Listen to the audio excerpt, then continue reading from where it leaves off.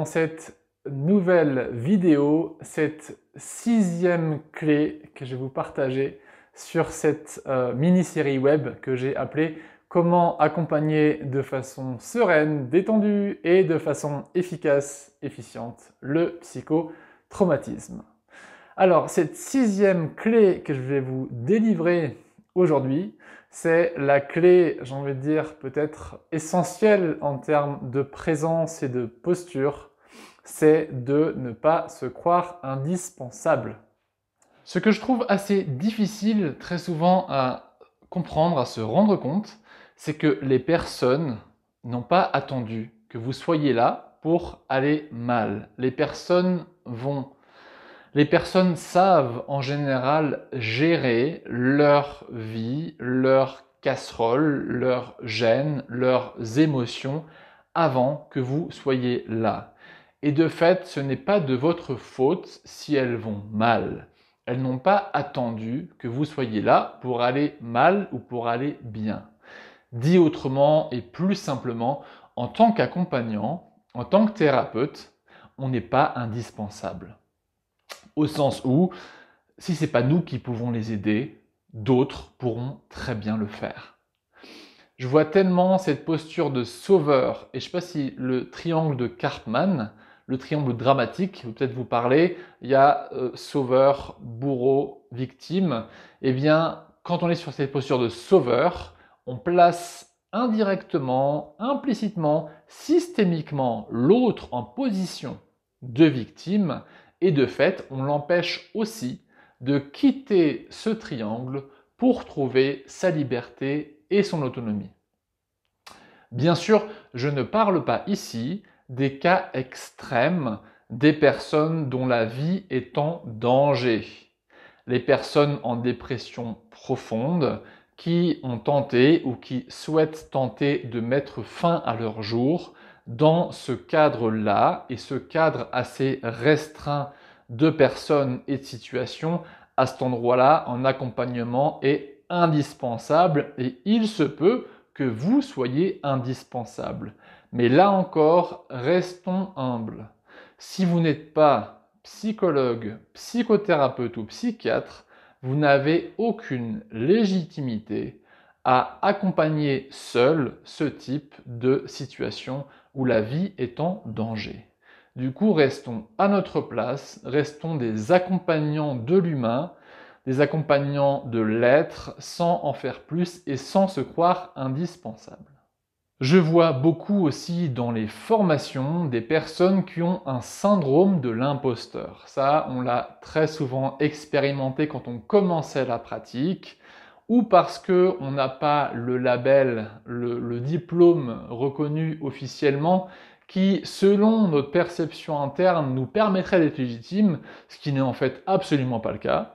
J'ai pu former des psychothérapeutes, des psychiatres, des psychologues qui étaient complètement aussi illégitimes que des sophrologues ou hypnothérapeutes ou autres, donc il n'y a aucun sujet à cet endroit-là.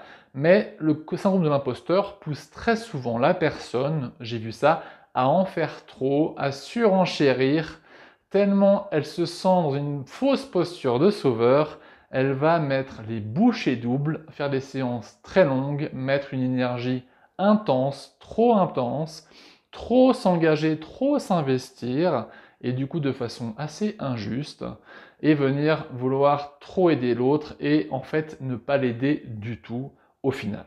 Pour faire simple, pour moi, la juste présence, la juste posture d'accompagnant, c'est la personne qui rayonne ce qu'elle est, qui rayonne qui elle est, qui reste comme amarrée à son mât intérieur, même si l'eau bouge, même dans les tempêtes, le mât de ses valeurs, de sa légitimité, de qui elle est, de son apport au monde, et être amarré à cet endroit-là, être amarré à son mât intérieur, permet de rayonner et de fait permet aussi aux autres de rayonner.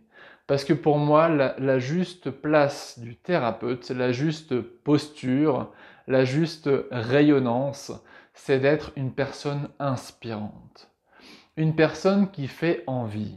Une personne dont les dires, dont l'expression, les textes, les vidéos, peu importe, la façon de communiquer est cohérente avec ce qu'elle fait dans sa vie. Pour moi, une personne qui est inspirante, c'est une personne qui est cohérente, qui est congruente. C'est pas forcément, et c'est même pas du tout, une personne qui est parfaite. La perfection, à mon sens, en tout cas j'ai pas touché aujourd'hui, n'est pas de ce monde, mais l'imperfection assumée, la rayonnance de qui nous sommes, de nos aspects les plus clairs qui vont pouvoir aider, et les plus sombres, les plus délicats, qu'il faut pouvoir aussi, à mon sens, assumer, reconnaître, nous amène une vraie forme de cohérence. Et en ce sens, pour être un peu intime avec vous, j'ai expérimenté il y a quelques semaines de ça, quand je supervisais un groupe de formation que j'animais, de pouvoir être complètement authentique. J'ai pris conscience d'une blessure très profonde en moi qui a émergé en pleine séance de supervision. Et j'ai pu nommer ça de façon comment dire ça, très claire, très authentique au groupe. Et j'étais vraiment surpris de reconnaître, de mettre en pratique cette théorie que être authentique est toujours ce qu'il y a de mieux à faire. Je m'attendais pas du tout, en fait, à pouvoir mettre en mots à cet endroit-là. Et j'avais jamais expérimenté aussi loin de pouvoir me montrer en authenticité, en vulnérabilité à un groupe de stagiaires que j'encadrais. Et j'étais vraiment ravi de mesurer le partage qu'il y a eu avec eux à cet endroit-là. Vraiment, j'invite chaque formateur, chaque thérapeute, chaque accompagnant au sens large à vivre l'expérience de l'authenticité, de la cohérence. Et en fait, si on se réfère à la théorie d'attachement de John Bowlby, ce qui importe pour l'enfant, avant toute chose, ce n'est pas un parent parfait. L'enfant se fiche de ça. C'est pas ça qu'il a besoin, ce dont il a besoin. Ce dont il a besoin, c'est d'un parent qui soit cohérent, qu'il dise ce qu'il sent, qu'il dise ce qu'il fait, et qu'il sente et fasse ce qu'il dit. Si un parent montre qu'il est joyeux alors qu'au fond, l'expérience qu'il fait est très triste, l'enfant ne pourra pas se calibrer, ne pourra pas se caler sur le fait qu'il sent bien que le parent est triste, mais que le parent dit tout va bien, il n'y a pas de cohérence. Alors que si le parent dit oui mon enfant, effectivement, là vraiment ce que je vis c'est douloureux, mais je sais que ça ira mieux demain ou dans quelques semaines, mais là c'est douloureux et c'est vrai, là je suis triste, mais je suis avec toi malgré tout. Eh bien l'enfant peut faire cohabiter, peut faire aligner en lui ce qu'il perçoit du parent qui a la tristesse que l'enfant ressent et perçoit, et ce que le parent peut dire. Et de fait, pour moi, la bonne posture, la bonne présence thérapeutique, c'est vraiment être inspirant à travers cette cohérence qui m'est tellement importante et que j'enseigne, que j'aime partager, en tout cas dans les formations, les groupes de formation avec DCMO. Et de fait, pour moi, pour arriver à cette cohérence, à cette notion d'être inspirant, et je vais revenir un peu là-dessus parce que pour moi, être inspirant, être fier de soi, ce n'est pas du tout égotique. Ce n'est pas une posture comparative où on se sent au-dessus de l'autre. On ne se compare pas.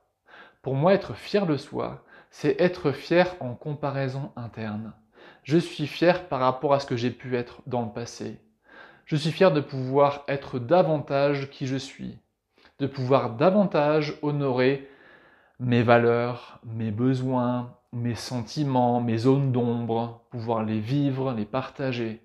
Pour moi, être fier, c'est vraiment entre soi et soi que ça se passe. Et on ne se compare pas avec les autres. Et si chacun fait ça, il n'y a plus d'ego. L'ego se maintient par la comparaison avec les autres. Et pour moi, rayonner, c'est purement rayonner ce qui est là. Et par la magie de la vie, j'ai envie de dire, eh bien si chacun fait ça, nous sommes tous des phares qui éclairons le monde et qui permettons au monde de rayonner aussi par voie de conséquence.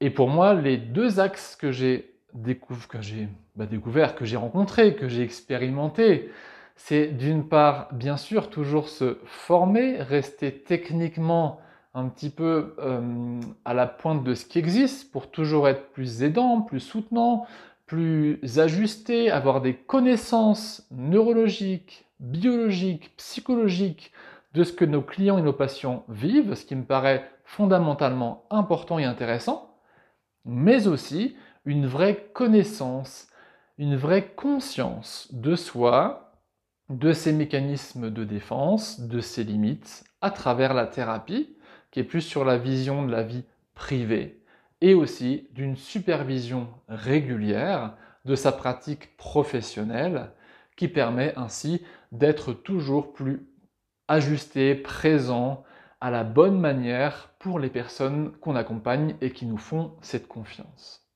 Voilà pour cette 6e clé que je souhaitais vous partager, qui était donc quitter la posture de sauveur pour rayonner qui nous sommes et ainsi être modélisant pour les personnes qu'on accompagne, peu importe qu'on soit simplement un parent, qu'on soit un ami, qu'on soit un thérapeute, un formateur, peu importe la place qu'on a dans la vie, on a toujours une posture quelque part d'autorité entre guillemets, ou en tout cas une posture de conseil, de présence pour d'autres personnes en demande, et de fait à cet endroit-là, être simplement inspirant, rayonnant à travers sa propre congruence, me paraît le plus ajusté.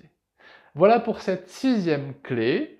J'espère que cette mini-série web vous aura plu. C'était moi la première que j'ai pu générer, créer, donc c'est un peu nouveau aussi, je vous le cache pas. J'ai pu, à mesure des vidéos, me tranquilliser, mais c'était pas forcément évident et je suis ravi de l'avoir fait en tout cas.